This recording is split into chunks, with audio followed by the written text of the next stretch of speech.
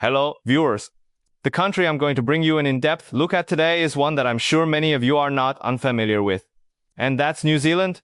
When you think of New Zealand, what is the first thing that comes to your mind? The snow-capped peaks of the Southern Alps? The crystal-clear waters of Lake Wanaka? Or is it the Hobbit town full of fairy tale colors? Yes, New Zealand has been globally recognized as a paradise on Earth for decades. Not only is it blessed with breathtaking natural beauty, but it is also politically stable, efficiently governed, and has long ranked at the top of the Global Prosperity Index and Livability Index. What is even more enviable is that New Zealand has achieved a balance that many countries can only dream of: steady economic growth while maintaining a superb quality of life.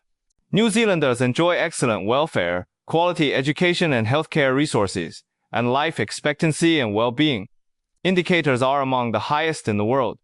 In the economic field, New Zealand has been hailed by economists as a rock-star economy. Especially after the global financial crisis in 2008, New Zealand's economic recovery has been much faster than most developed countries. With the export of natural resources such as dairy products, meat and timber, New Zealand's coffers are full and its currency exchange rate is quite stable. At that time, New Zealand was not only a symbol of livability, but also a model of global economic and social development, attracting a large number of immigrants. Whether for investment, study or settlement, New Zealand is recognized as an ideal choice. But did you know? By 2025, this rosy picture has completely changed.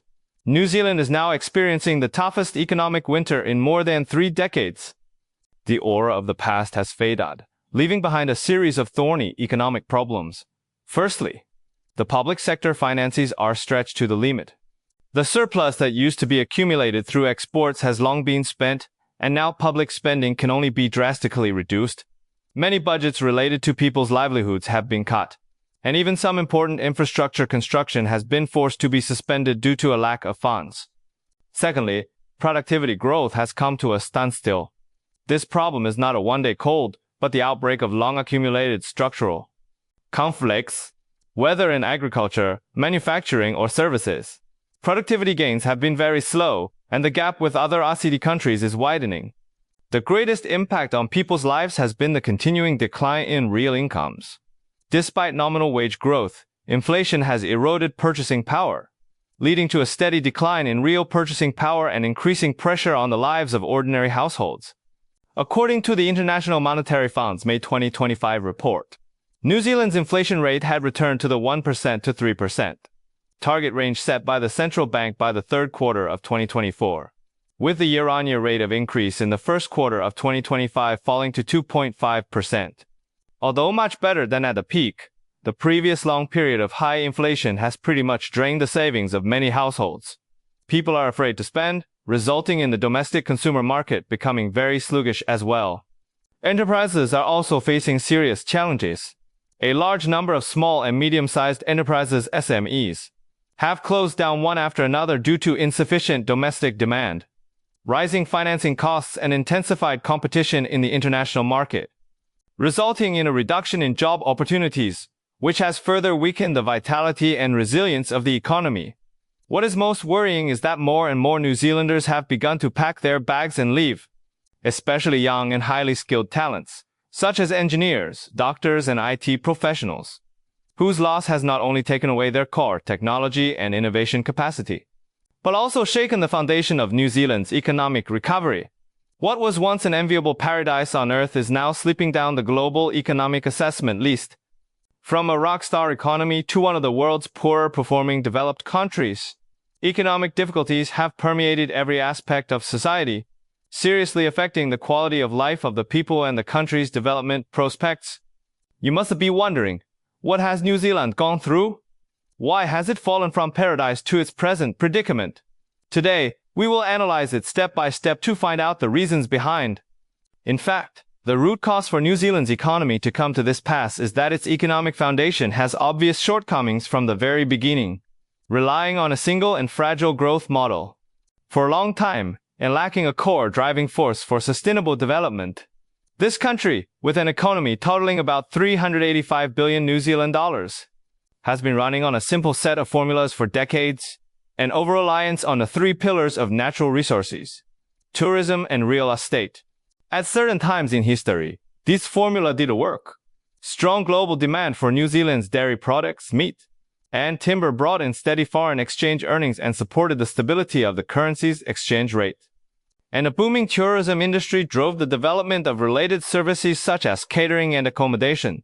However, this growth was not based on productivity gains or technological innovation, but relied on private debt, foreign capital, and rising asset prices.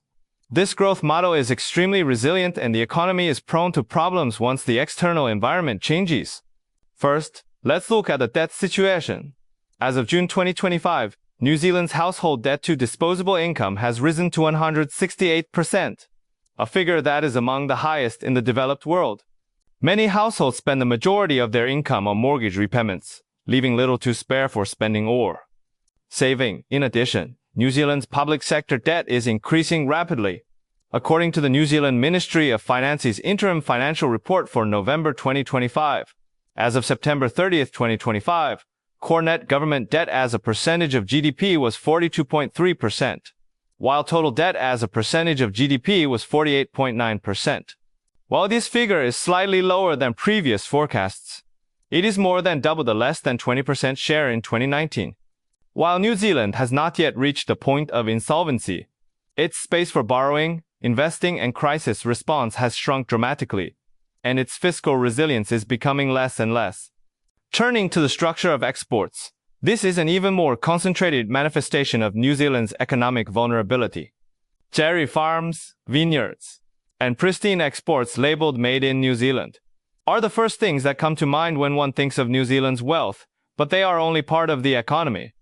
According to Statistics New Zealand's total merchandise exports in 2024 will be 48,348 million New Zealand dollars, with nearly 60% of these exports concentrated in a small number of primary products, including dairy, meat, logs, and a small number of horticultural products such as kiwi and apples, making for a highly concentrated export structure.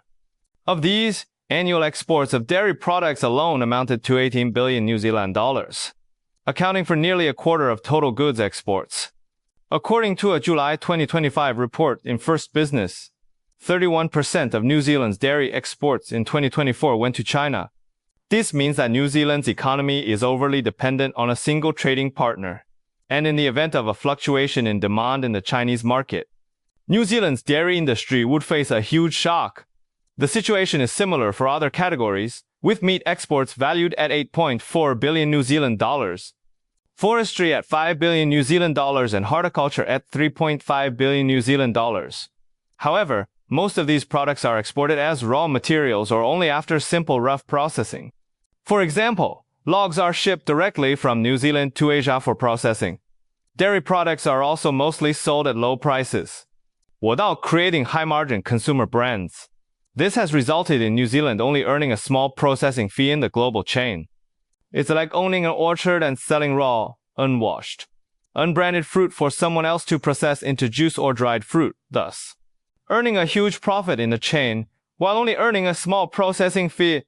In the Global Economic Complexity Index, which measures the degree of diversification of export commodities and technological sophistication, New Zealand is ranked 50th, while innovative countries such as South Korea, Finland, and Singapore are at the top.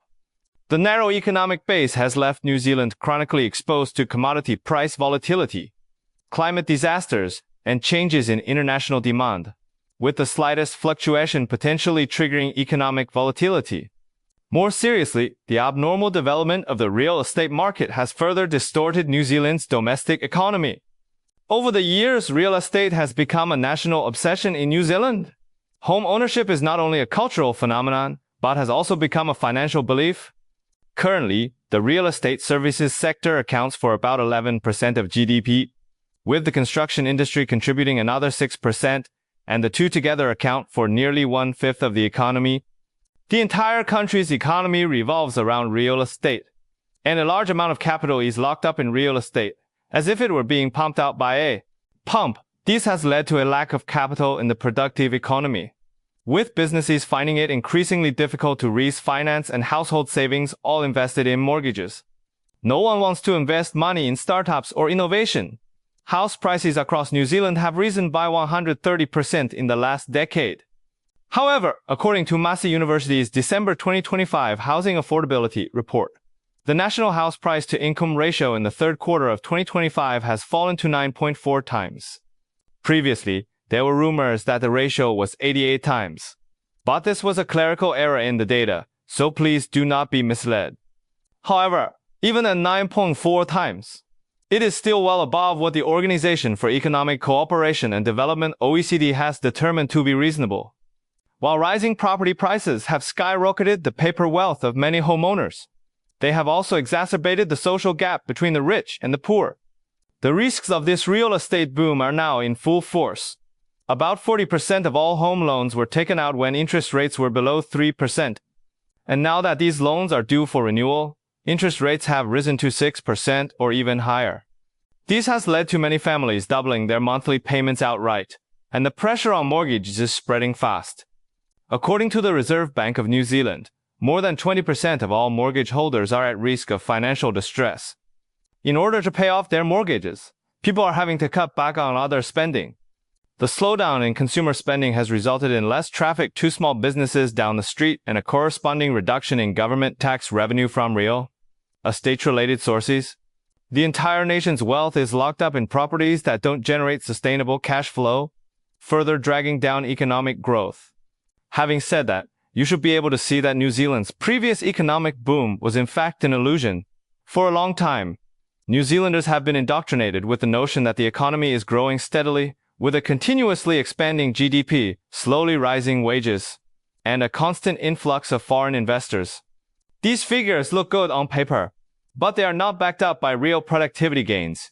Over the decade 2012 to 2022, New Zealand's labor productivity will grow at an average annual rate of just 0.3%, well below the Organization for Economic Cooperation and Development average of 1.5%. This data clearly shows that New Zealand's economic growth is not primarily driven by productivity gains, but rather by people working longer hours through overtime, society as a whole increasing its debt burden, and waiting for house prices to rise. This weak level of productivity has directly triggered a series of knock-on effects. First, wages are chronically low. Although nominal wages have risen, they have simply not kept pace with price increases, and real incomes have been falling. Even those who work full-time can hardly improve their livelihood. Secondly, prices have been rising.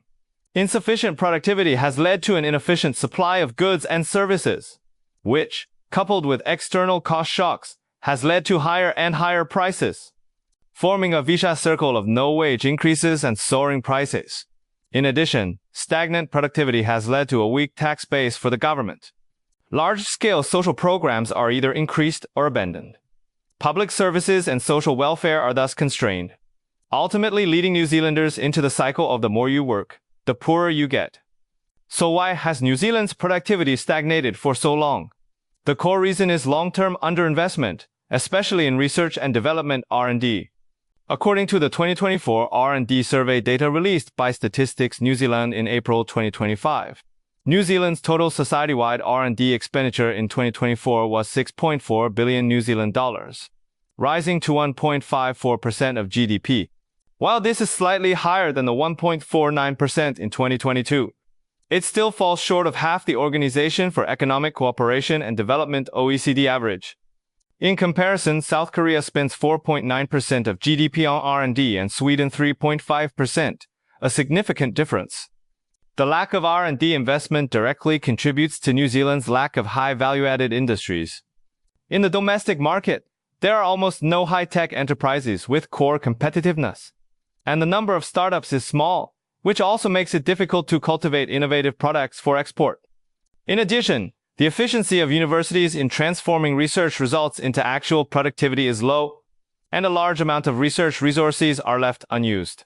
Meanwhile, small and medium-sized enterprises (SMEs) find it difficult to obtain venture capital support for their innovations, and can only languish in traditional industries. Once an economy stops innovating, it is bound to come to a standstill. This is the real situation of New Zealand at present, and its most direct result is that New Zealand has long been at the low end of the global industrial chain. New Zealand exports raw milk rather than high value-added biotechnology products, logs rather than precision man-made boards, and even exports a large number of highly qualified talents rather than disruptive ideas. New Zealand's economy has always lacked the core power to achieve high-quality, sustainable growth.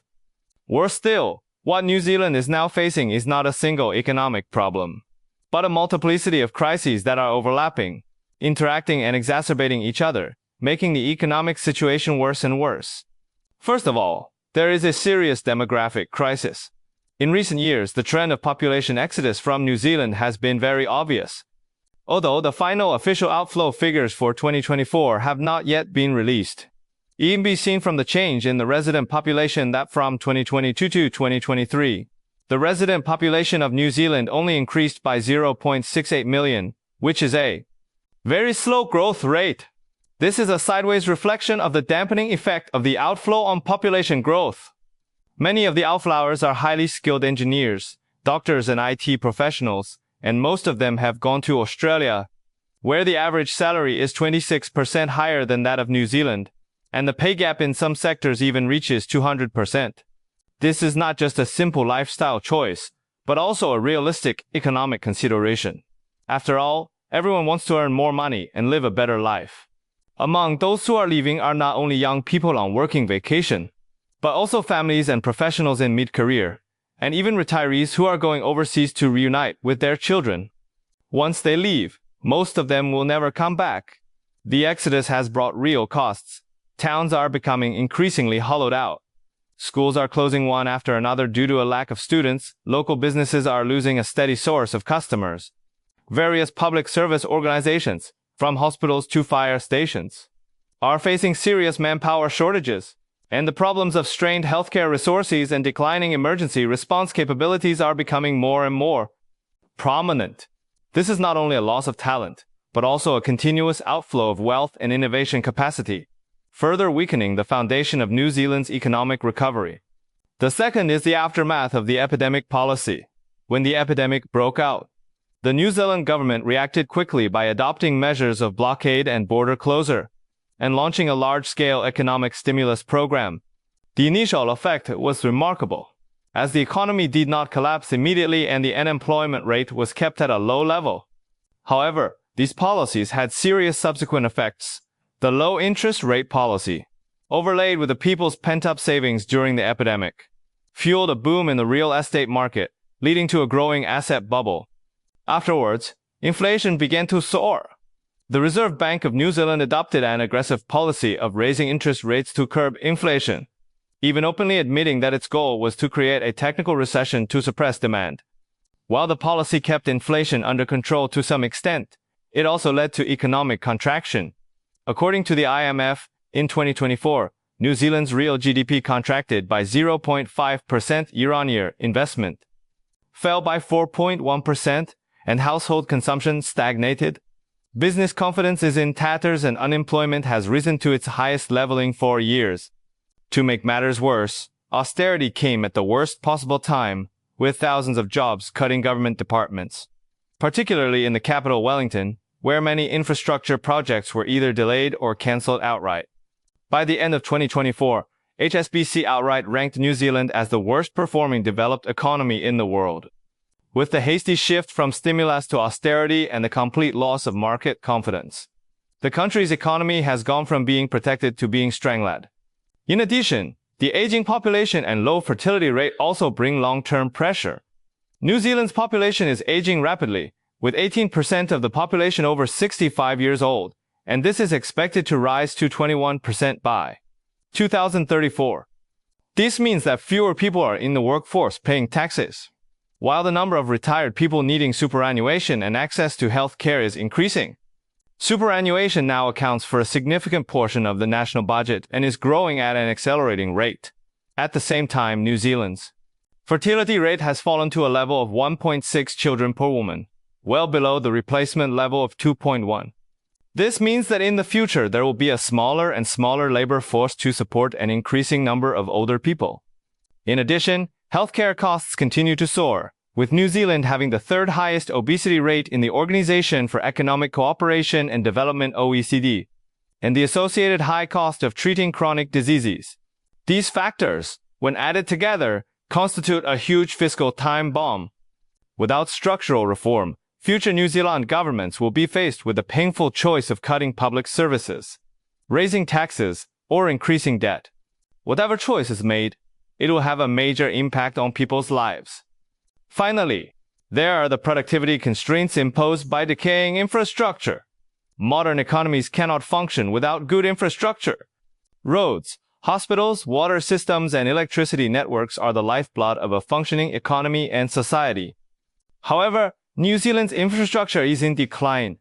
In a national infrastructure planning study released in June 2025, the New Zealand Infrastructure Commission noted that New Zealand currently has a significant infrastructure gap.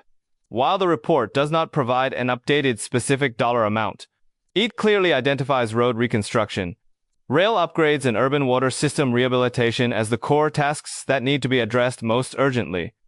The longer the delays, the more expensive the fixes will be. More ironically, the decay of infrastructure not only affects people's daily lives, but also directly stifles economic productivity. A poor transportation network makes the flow of goods and trade inefficient. A weak digital infrastructure hinders technological innovation and digital transformation. And inefficient public utilities also push up the cost of living for all. Even if wages don't rise, the cost of living continues to rise. 2025, New Zealand's inflation rate, while remaining within the target range of 2.5%, is primarily a result of price rises in just-needed items such as housing, energy, and food. In Auckland, a typical household needs to spend 35% of its income on rent or mortgage payments, which is among the highest rates in the Organization for Economic Cooperation and Development (OECD) member countries. In addition, food prices are up 25% from 2020. Fuel prices are the highest in the Pacific, and electricity costs continue to rise. Despite government subsidies, the population remains under pressure and the once large middle class is rapidly shrinking. Seeing this, one must ask, where has New Zealand's money gone? The core problem is the imbalance between revenue and expenditure and the industrial structure. On the revenue side, New Zealand's tax revenues are growing slowly, with a decline in corporate profits leading to a reduction in company tax and sluggish wage growth affecting income tax growth. Core government net operating cash flow outflows from operations were higher than expected in the third quarter of 2025, according to Treasury's interim data for 2025. While official validation figures for the full year 2024 deficit of 11 billion New Zealand dollars are not yet available, it is well established that the fiscal balance is under pressure. On the expenditure side, welfare spending has been surging. More than 400,000 people are now living on government handouts. And the root causes behind this are declining productivity, escalating costs, and rising social pressures. The New Zealand government is now caught in a dilemma. Cutting expenditure will jeopardize the interests of the public, while incurring unlimited debt will jeopardize the country's credit rating. This is the classic middle-income trap, which is not expected to happen in a developed country like New Zealand. However, we should not think that New Zealand is hopeless. New Zealand's economic predicament is not predestined, but caused by wrong policy choices. As long as it is determined to carry out structural reforms, it still has a chance to realize transformation. The core of the transformation is to move from consumption-oriented to innovation-driven. Specifically, there are several key directions. First, it is necessary to invest in high value-added industries other than agriculture, so as not to rely excessively on the export of primary products. It is possible to rely on existing agricultural advantages to develop deep processing industries for agricultural products and create high-margin consumer brands. At the same time, we should vigorously develop emerging industries such as biomedicine, digital technology, and clean energy, so as to find new growth points for economic growth. Second, we should continue to increase investment in R&D and enhance our innovation capacity. Judging from the R&D data for 2024, New Zealand's R&D investment has shown a growing trend. In the future, it is necessary to continue to increase the proportion of R&D expenditure in GDP, striving to reach the average level of the Organization for Economic Cooperation and Development (OECD). At the same time, it is necessary to increase support for the transformation of scientific research results in universities, improve the venture capital system, and provide financial security for the innovation of small and medium-sized enterprises, so as to make innovation truly become the core driving force of economic growth. Third, reform the housing market and curb the real estate bubble. The speculative attributes of real estate can be reduced through measures such as increasing the supply of guaranteed housing, adjusting real estate tax policies, and regulating the mortgage market, so as to channel social savings from the real estate sector to corporate innovation and productive investment, thereby alleviating the problem of corporate financing difficulties. Thankfully, New Zealand's house price-to-income ratio has fallen in 2025, providing an opportunity for housing market reform. Fourth, improve infrastructure development and fill the infrastructure gap. According to the Infrastructure Commission's plan, New Zealand can raise funds through issuing government bonds, public-private partnerships, and other modes to prioritize the rehabilitation of key infrastructure such as transportation, water, and digital, to improve the efficiency of public services and unleash economic productivity. Fifthly, incentives should be developed to retain young talent. Policies such as raising salaries in key areas, optimizing the employment environment, and improving housing and education benefits can be used to reduce the willingness of brain drain. At the same time, it is also necessary to attract the return of outstanding overseas talents to provide sufficient manpower support for economic transformation. New Zealand had a precedent of successful transformation. It was once a closed and protectionist economy, which later became an open and modern competitive economy through reforms. As long as there was a strong determination to reform and a clear policy direction, another transformation was possible. There are already some positive signals. According to the IMF's forecast, the Reserve Bank of New Zealand has cut the official cash rate several times since August 2024 as inflation returns to the target range. Real GDP is expected to grow by 1.4% in 2025, and the growth rate is expected to rise to 2.7% in 2026, and the economy is already showing signs of recovery. There is no denying that New Zealand remains one of the most beautiful and peaceful countries in the world. However, behind the picture postcard appearance, a worrying reality does exist. With the economy on the brink of drying up, families living on credit, and the government with little fiscal space left, it's not just a question of money. It's a question of the future direction of New Zealand. New Zealand can choose to continue to go with the flow, relying on real estate and commodities exports, and watching the brain drain and social inequality increase. Or it can choose to be proactive, to rebuild the foundation of the economy through reforms and invest in innovation, thus creating a new model of prosperity, thereby creating a new model of prosperity. This new prosperity does not rely on luck, but on real productivity gains and a sense of national mission, which will determine the destiny of the next generation of New Zealanders. In conclusion, I would like to say that New Zealand is not poor, but it does face a crisis in key areas such as productivity improvement, innovation and R&D, infrastructure development, talent retention, etc., where funding is drying up and development momentum is insufficient. And the process of solving these crises is the process of New Zealand's re-emergence. Today, we take a look at New Zealand's economic journey from boom to bust, and analyze the core reasons behind it and the possible paths to a breakthrough. New Zealand's experience serves as an important warning to many resource-exporting countries. Economic development cannot rely solely on short-term bubbles and external dividends. Only by strengthening the foundation of innovation and productivity can we achieve truly sustainable development. What are people's views on New Zealand's economic transformation? Does it think it can successfully get out of the current predicament? Feel free to leave your comments in the comments section to discuss. If you like today's content, please like and subscribe, and also share it with interested friends around you. We will see you in the next issue.